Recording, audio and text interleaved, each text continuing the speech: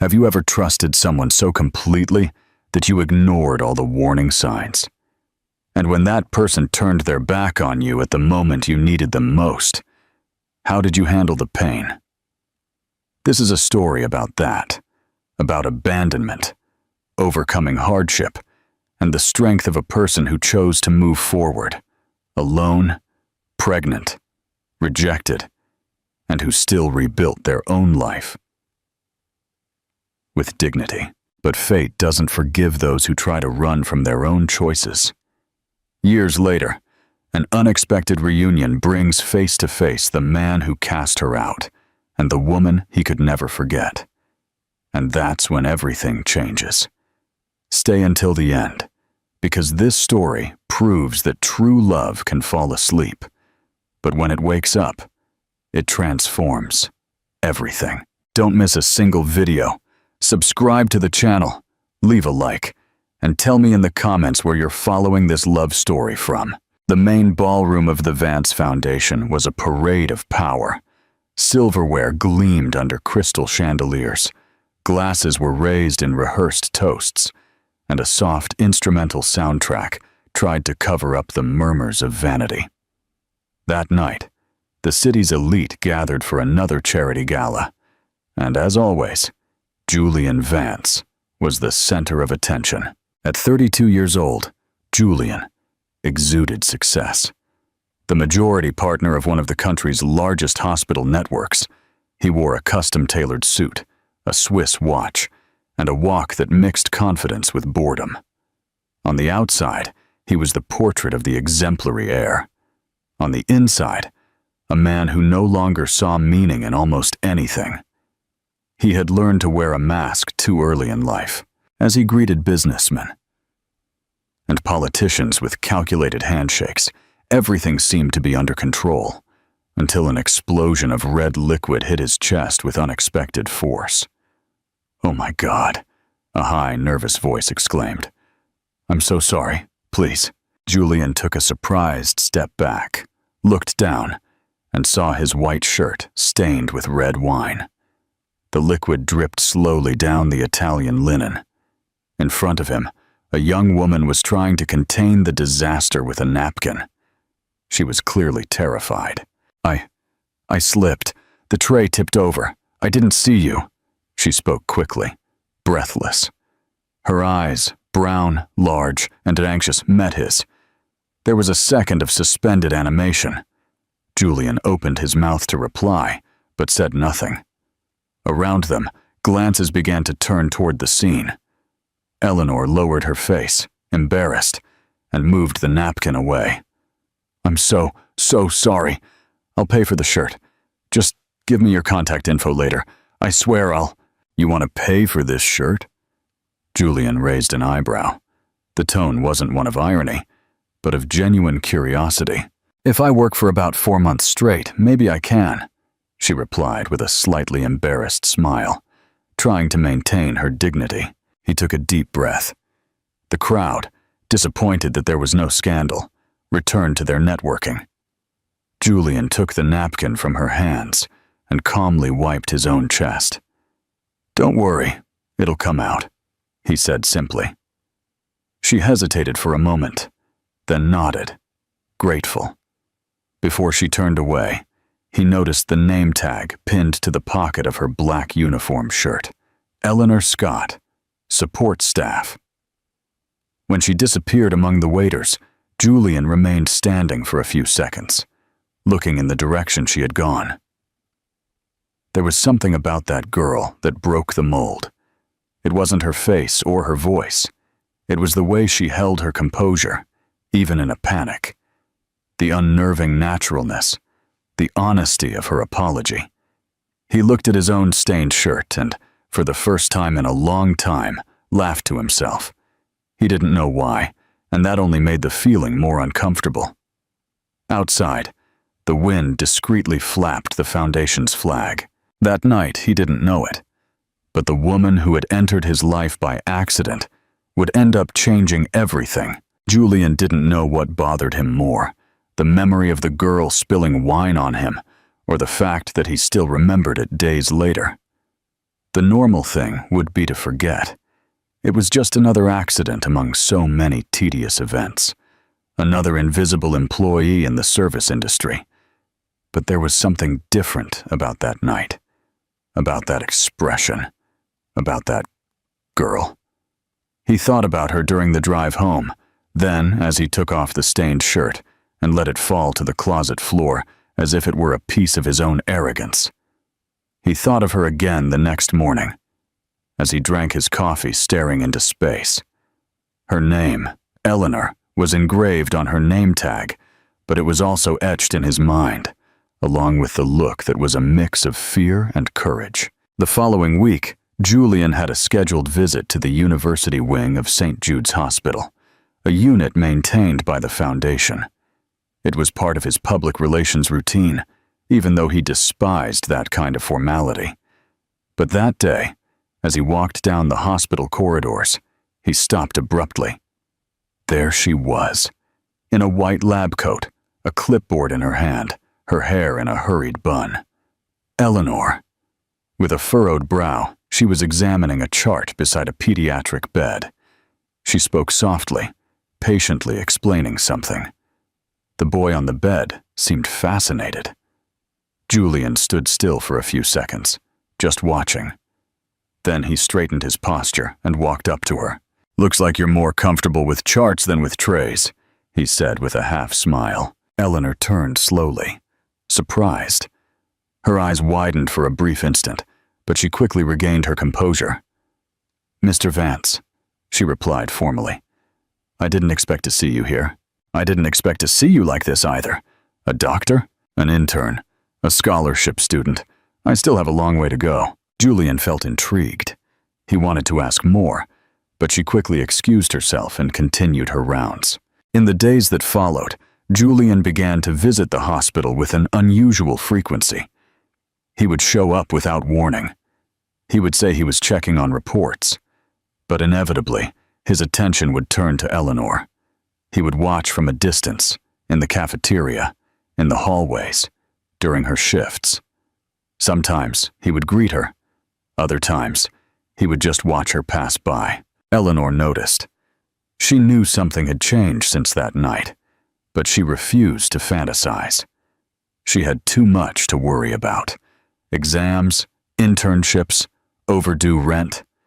Still, she couldn't avoid the flutter in her stomach every time she felt his gaze, following her every step. One afternoon, during a packed shift, Julian showed up with 2 boxes of coffee from the cafeteria. He handed one to her without saying anything. "I don't accept bribes," she commented, raising an eyebrow. "It's not a bribe. It's gratitude. You handled that patient on the 3rd floor better than a lot of people who are already licensed." She tried to contain her blush. She was exhausted, and the coffee was a welcome relief. "Thank you," she said at last. Julian walked away without insisting. That night, as she reviewed notes for an exam, Eleanor thought about him. The discreet way he watched her. The coffee left without demanding anything in return. She was beginning to realize that this man was not exactly who he seemed to be. And that scared her more than any final exam. There was no exact moment when everything changed between them. It wasn't a stolen kiss or a declaration of love.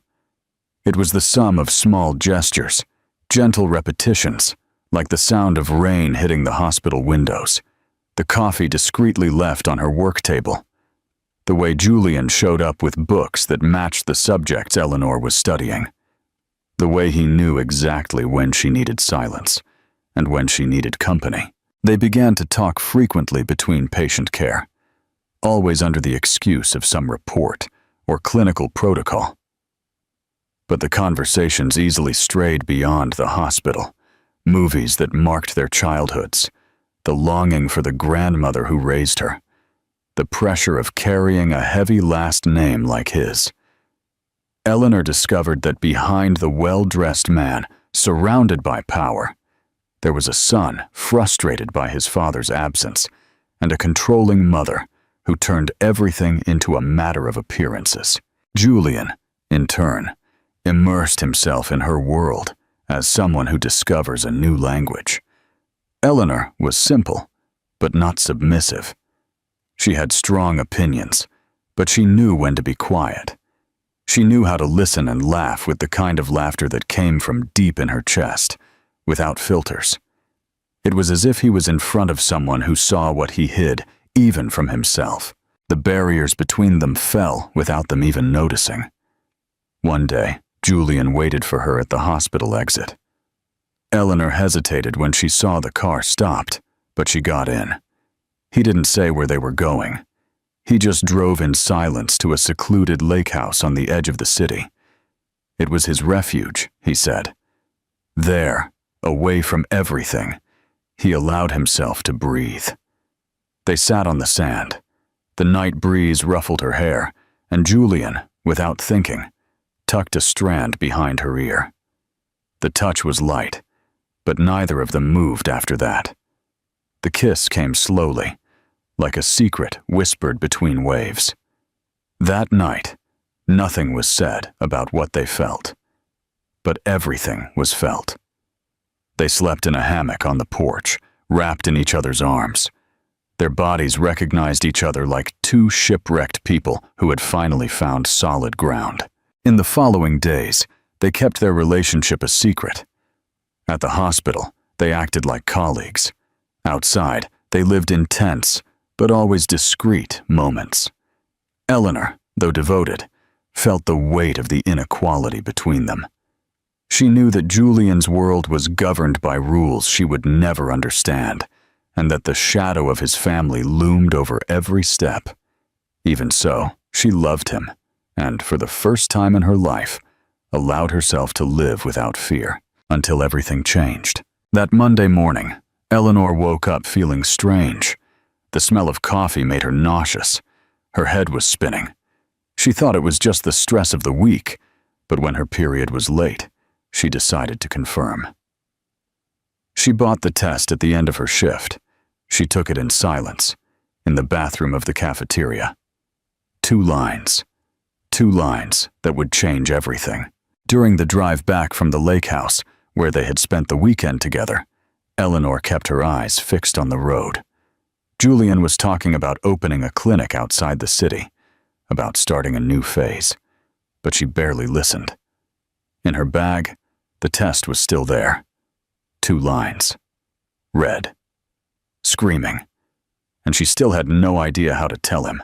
What would you do? Would you tell him right away? How do you think Julian will react? Let me know what you think in the comments. Eleanor rehearsed hundreds of times how she would say it. In front of the mirror, in the shower, even during her shifts. She imagined 1,000 possible reactions. Shock, joy, fear, even an impulsive marriage proposal. But what she found was silence. That night, Julian was especially tense. He had argued with his mother, Caroline Vance, once again. You can get involved with whomever you want, Julian, but those simple girls don't fit into our world. He rolled his eyes, hung up the phone, and sighed deeply. He was already irritated when Eleanor arrived at his house with the test tucked into her jacket pocket. Something happened, she said, her voice firmer than she expected. And we need to talk. Julian dropped his cell phone on the sofa and stared at her. I'm pregnant, Julian. Silence. First he just blinked. Then he rubbed his hands over his face, as if trying to wake up from a nightmare. Are you sure? He murmured. She nodded, taking the test out of her pocket and holding it out to him. I took 2, then the pharmacy test, then the blood test. Julian took the test as someone holding a sentence. He walked to the window. His breathing was irregular. This can't be now. Eleanor felt her body go cold. What are you trying to say? My life is a mess. The foundation, my mother is freaking out. The press is all over everything. You know what it's like. A child now. It changes everything. It changes everything for you, she replied, her voice trembling, but her eyes remaining firm. For me, it changes anyway, because I'm already living this, with or without you. Julian turned abruptly. You can't act like this isn't a consequence. You could have prevented this.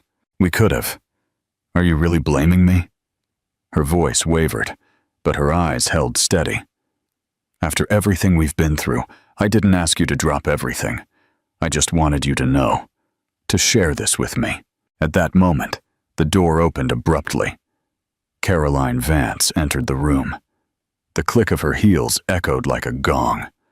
She saw the test in her son's hand. She saw Eleanor with tears in her eyes. And she understood everything.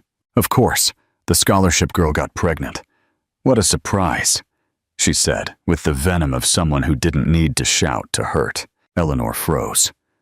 "Ms. Vance, I didn't—" "Don't bother to explain yourself, my dear. We've seen this movie before. Simple girls with good grades who discover clever ways to climb the social ladder." Julian was silent. "Are you going to say anything?" Eleanor asked, looking at him, her voice thick with emotion. "Are you going to defend us?" He opened his mouth, but no sound came out. His silence hurt more than any of his mother's words. Eleanor took a step back, then another. Her gaze fixed on his face, she dropped the test on the table, grabbed her bag, and walked to the door. "You had your chance, and you made your choice." That night, she didn't go back home. She bought a bus ticket with the little money she had saved. She turned off her cell phone and disappeared from the city without a trace. Inside her, a heartbeat in two rhythms, hers, wounded, and that of a child who would never have a father to wait for at the school door. The bus station smelled of mold and fried food, with announcements echoing from faulty speakers. Eleanor waited, sitting on a wooden bench, her backpack at her feet, her hands clasped over her belly. It wasn't visible yet, but she could already feel it.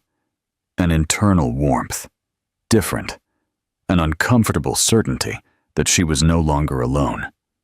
The bus arrived just before dawn. She got on without looking back. During the first weeks in the small town, she lived like a shadow. She slept in a small room at the back of Mrs. Davis's house, an old friend of her grandmother's. The woman, with kind eyes and few questions, offered shelter in exchange for small favors. Sweeping the yard, organizing medications at the pharmacy where she worked. Little by little, Eleanor found a rhythm. She hid her pregnancy with loose clothes while trying to find any occupation.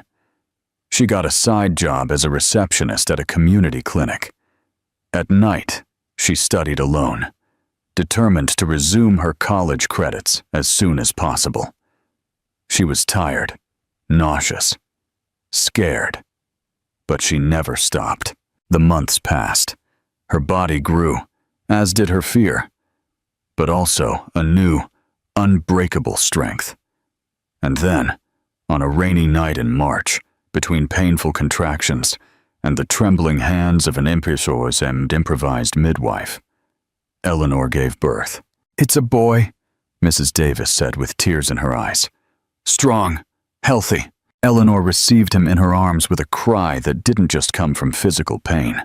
It was the pain of having been abandoned, the pain of fighting alone. But it was also love, a raw, instinctive, absolute love.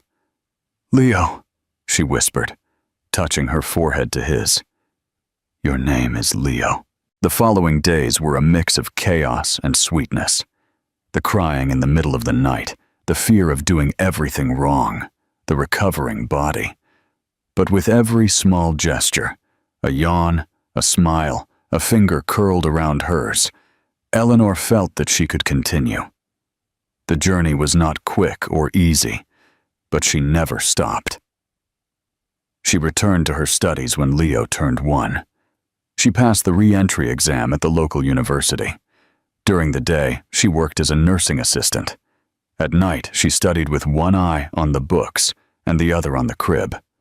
Leo learned to walk in the cramped hallways of the student housing where they lived. He said, "Mommy," before he turned 2. He never asked about his father. And when Eleanor felt the absence weigh on her, she compensated with double the presence. Made-up stories, long hugs, birthdays with simple cakes and lots of laughter. Years later, She graduated from medical school with honors. In the audience, Leo clapped with his little hands in the air, proud. Soon after, she passed an exam for the Public Health Network. She chose to work in a mid-sized city where she built a small but peaceful home. At 5 years old, Leo was everything she never knew she needed. Curious, affectionate, sensitive. He had green eyes, and it was the only thing about Julian that she could never ignore. She never looked for him. Never. She deleted his number, blocked his name. She didn't read news about the Vance Foundation. She didn't watch interviews. She didn't click on anything that involved him. Because she knew that if she gave it space, if she opened the wound, she could crumble. And she couldn't fall. She had a son in her arms, and a life that depended exclusively on her. However, fate has a cruel or wise way of stitching together what was broken. Eleanor only discovered this when, one morning, upon arriving for her shift, she saw a notice in large letters on the bulletin board. Regional Hospital Partnership with Vance Foundation. Executive visit next week. She felt her skin go cold. The name she pretended to have forgotten was there. Stamped. And even after 5 years of silence, the echo of that past was still too loud to be ignored. What do you think is going to happen? Do you think Eleanor should tell Julian about their son? What would you do in her place? Share your opinion in the comments. Mom, is my star sock on the clothesline? Leo shouted from his room, with the rushed voice of someone who was late for a big mission.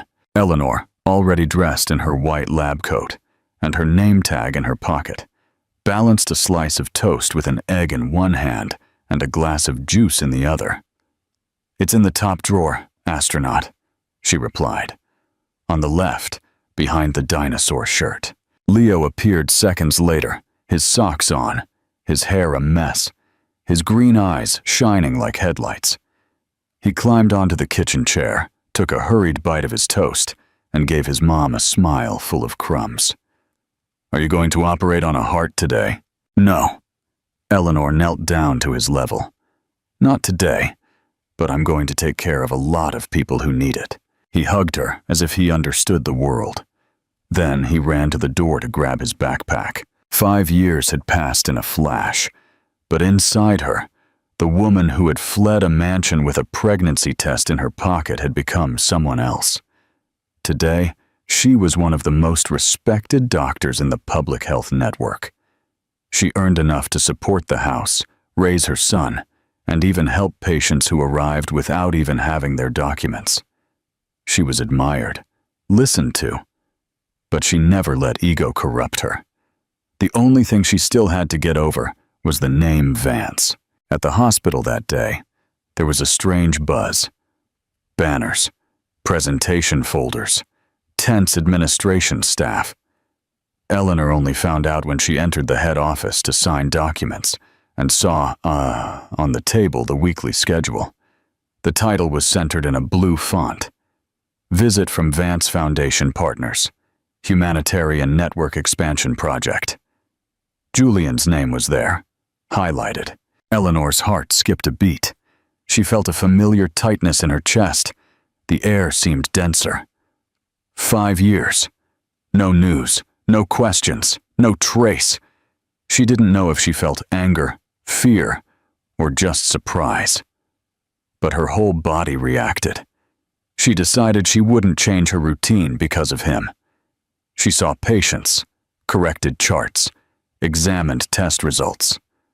But the hospital felt more cramped that day, more filled with memories than with people. The following afternoon, while she was doing triage in the emergency room, a radio announced, "Arriving now at the main entrance. Patient, male. 38 years old, acute myocardial infarction, blood pressure dropping." Eleanor ran to the operating room. The protocol was automatic. Prepare the room. Activate the team. Check the equipment. When the gurney came in, everything stopped. The man was unconscious, but she recognized him instantly. Julian. His face was thinner, his beard unshaven, but his features were unmistakable. Those closed eyes had once looked at her with arrogance, tenderness, and doubt. His chest heaved under the electrodes. He seemed smaller now, vulnerable, almost human. Saturation 8 to irregular beats. Confirmed blockage, a resident shouted. Eleanor took a deep breath. Let's open him up.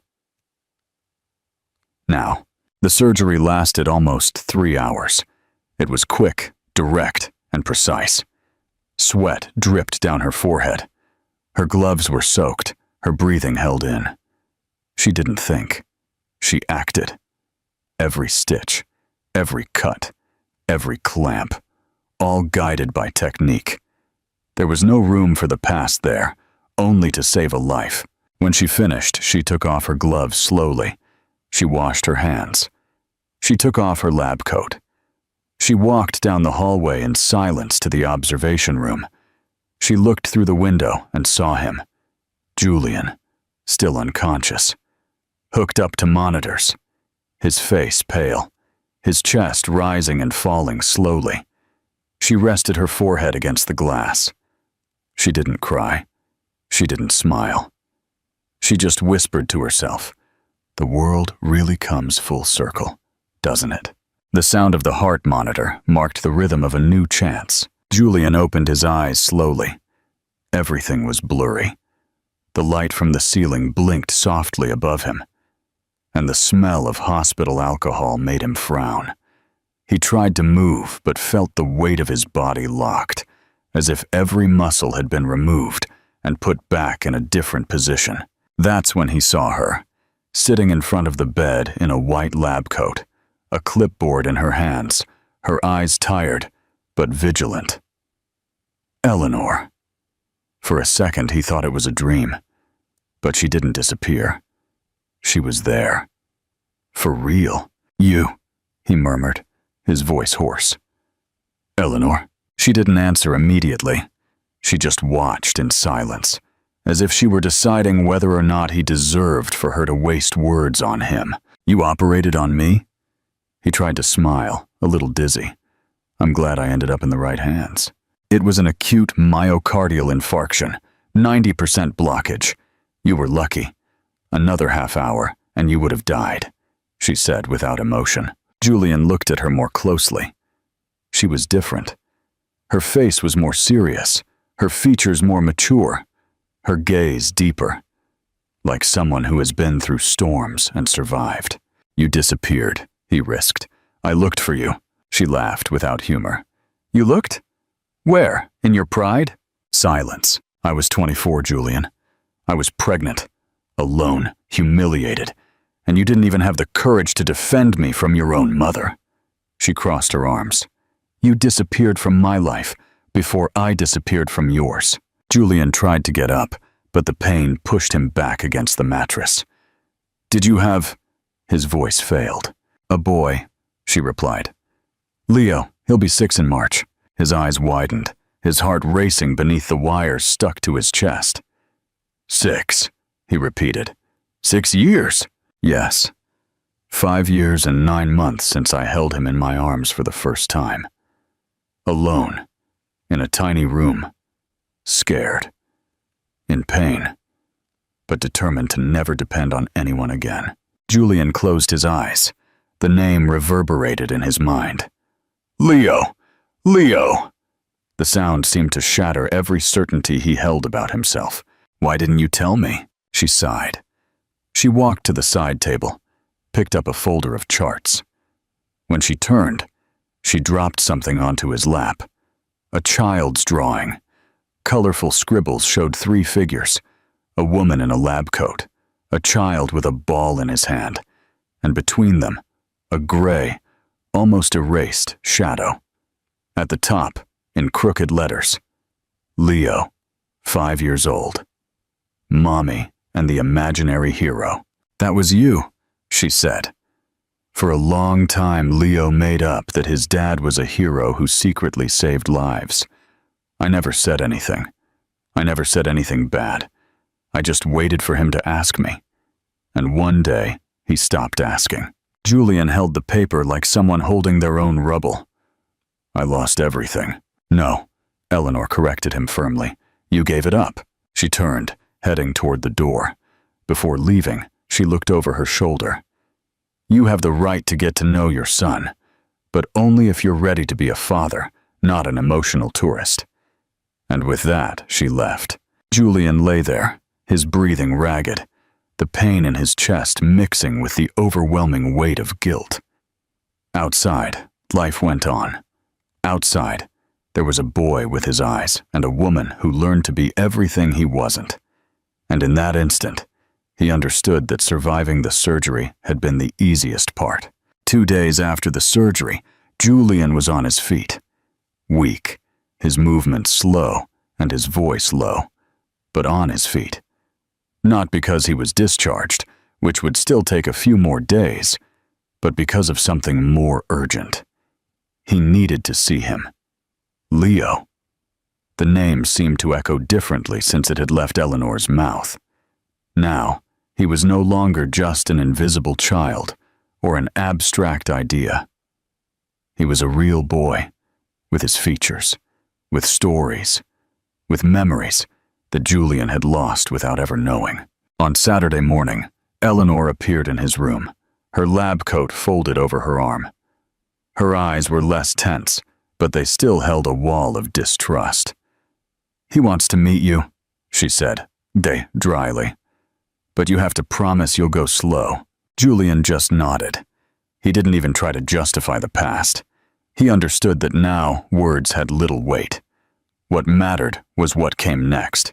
In the park next to the hospital, there was a small playground surrounded by trees. It was a place where Eleanor took Leo in the afternoons, after school. That Saturday, she picked him up earlier and explained that they were going to meet someone special. A friend? Leo asked. She took a deep breath. Yes, a friend, from a long time ago. Leo didn't ask anything else.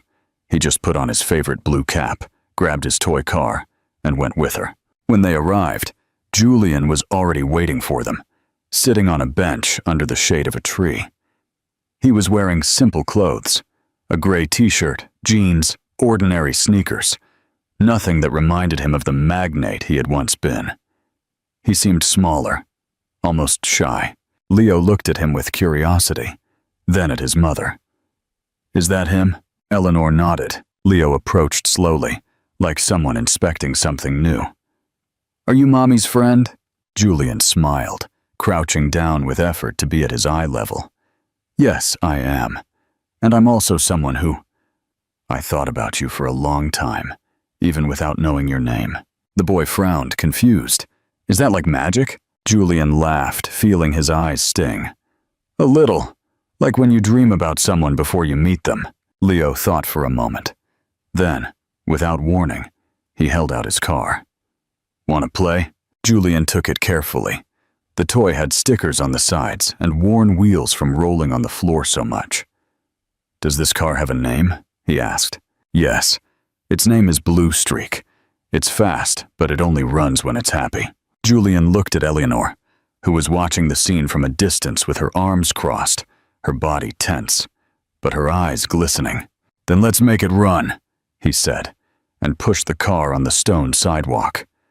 Leo ran after it, laughing loudly. During the minutes that followed, Julian was no longer a man trying to redeem himself.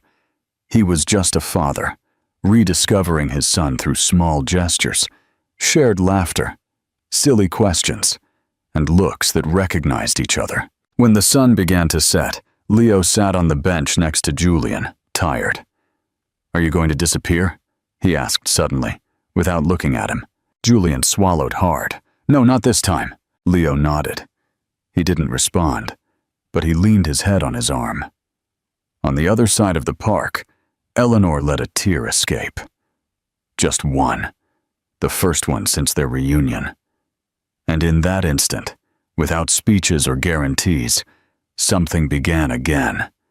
It wasn't forgiveness, not yet, but it was a step. And sometimes, steps taken with the heart are worth more than any apology.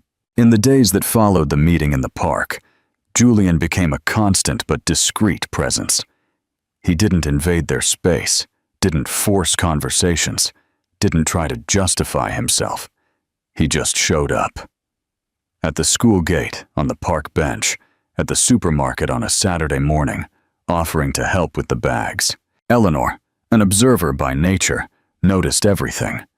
She knew that part of that constancy was driven by guilt, but there was something more.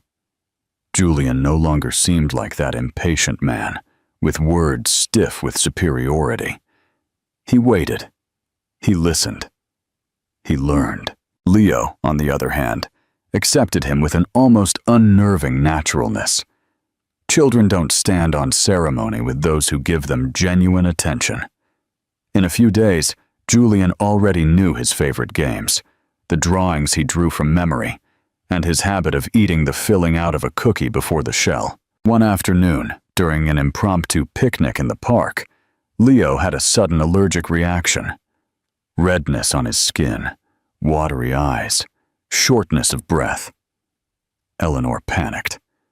She looked for her bag. She couldn't find the emergency inhaler. They were 2 blocks away from the nearest pharmacy. It was Julian who ran. Barefoot, he crossed the street against the light, entered the pharmacy like a hurricane, and was back less than 5 minutes later. He brought the medicine, and even knew exactly how to hold the boy so that his breathing would return faster. After everything was over, Eleanor stared at him in silence. A silence that said more than any phrase. A silence of a woman who saw a man act when it mattered most. In the following days, Julian didn't mention what had happened. He continued his routine with Leo. He brought books, built models with popsicle sticks, and learned how to make pancakes. At night, he would leave without lingering. When Leo was asleep, Eleanor would sit alone on the porch and try to understand how a heart that had closed with so much effort was slowly beginning to open. It was on one of those nights, under a starless sky, that Julian knocked on her door. "I came to drop off a notebook that Leo forgot in my bag," he said. But he didn't seem to be in a hurry to leave. She invited him in for the first time. In the living room, they spoke in low voices. He told her that he had broken his partnership with his mother, that he had left the foundation in the hands of other managers.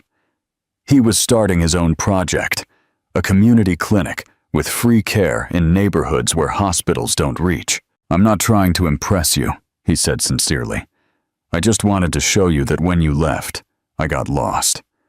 But when I found you again, I discovered that there was still time to find myself." Eleanor was silent. She took a sip of her already cold tea, then she looked at him. "You can't erase what happened." "I know," he replied. "But I can build something new, one brick at a time, even if it takes the rest of my life." She lowered her eyes and smiled for the first time without sarcasm. "And what exactly do you want to build?"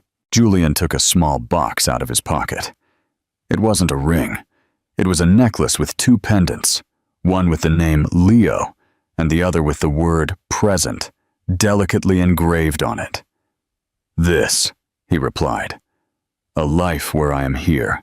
Eleanor took the necklace with trembling hands and ran her fingers over the letters. They fell silent. There, in that simple room, with the TV turned off and the world suspended outside, a silent request was made. And accepted. Not with kisses, not with promises, but with presence. And sometimes that's all love needs to start over. The afternoon fell slowly over the city, painting the buildings with golden hues and a sense of expectation. In the main reception of the regional hospital, modest floral arrangements decorated the tables, and a small white banner announced, "Ceremony of Recognition. Doctors and community partners, Health for All Project." Among the guests were volunteers, public health doctors, and representatives of local NGOs. But that day, one figure in particular caught everyone's attention. Julian Vance, no longer with the title of CEO, but as the coordinator of the new social project funded with his own resources. He wasn't wearing a suit. He wore a shirt rolled up to his elbows, a simple watch, and his eyes were serene. Eleanor arrived with Leo, discreetly, sitting in the back rows. She was different, not just in the light blue dress she was wearing, but in her calm, almost peaceful, demeanor. Next to her, Leo held the small necklace he had received from his dad, his little fingers squeezing the pendants as if he knew that day was bigger than it seemed. The event began with short speeches, tributes, and thanks. Eleanor was called to the stage to receive a plaque for her work in underserved communities during the pandemic. Julian, in the back, watched her with a small, proud, silent smile. When it was his turn to speak, he walked onto the stage with calm steps. He thanked everyone, talked about accessible healthcare, and about the impact of medicine when done with empathy. But then he stopped, took a deep breath, and decided to go off script. "I thought a lot about whether I should say this here," his voice began, firm but choked with emotion. "Because it's personal. But some stories are bigger than we are and deserve to be told." Eleanor looked up. Leo did the same. "A few years ago, I lost someone, or rather, I wasted someone," he continued. "I had a strong, honest woman by my side who offered me what the whole world couldn't buy: truth. And I let her go because I was weak, proud, and blind. She raised our son alone, faced the world with dignity, and still, she gave me a second chance." People looked at each other. The silence was absolute. "Eleanor, Leo," he said, turning directly to where they were. "If there's anything about me that's worthwhile today, it's because you didn't give up on your own truth. And I wanted, in front of everyone here, not to ask you to marry me. Not yet." Some people chuckled with tenderness, but I wanted to ask you for a life, a routine, a messy breakfast, a Sunday with wrong pancakes, a real future. Eleanor, without knowing it, was already on her feet.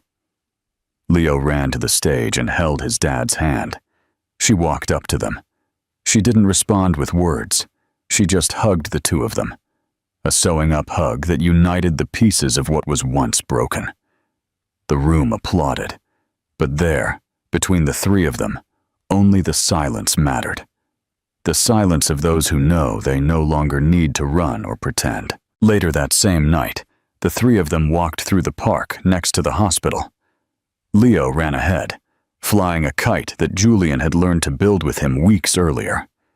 The sky was clear. Eleanor and Julian walked side by side, their hands intertwined. "Are you still afraid?" he asked. You were looking at her. "Yes," she replied. "But this time, I'm willing to feel it with you." He nodded. He lightly squeezed her hand. "Me too." And so they continued, without wild promises, without eternal vows. Just steps, firm, together. Because the love that survives a fall is the one that knows best how to get back. Some love stories don't begin with declarations or end with fairy tale endings. Some begin with falls, silences, and misunderstandings. And yet they blossom. Because true love isn't made of perfection, but of choices. And choosing someone, even after the pain, even after the mistakes, is the bravest way to love. That's what Eleanor and Julian discovered. That love doesn't save you alone, but it walks with you, learns with you, and rebuilds with you. And perhaps the most beautiful thing about all of this is realizing that in the end, time doesn't erase what's real. It just waits for the right moment to stitch together what was broken. Sometimes love comes late. Sometimes it comes back changed. But when it's true love, it always finds its way home. If you liked this video, subscribe to the channel, leave a like, and comment "I liked it" below so I know you're with me.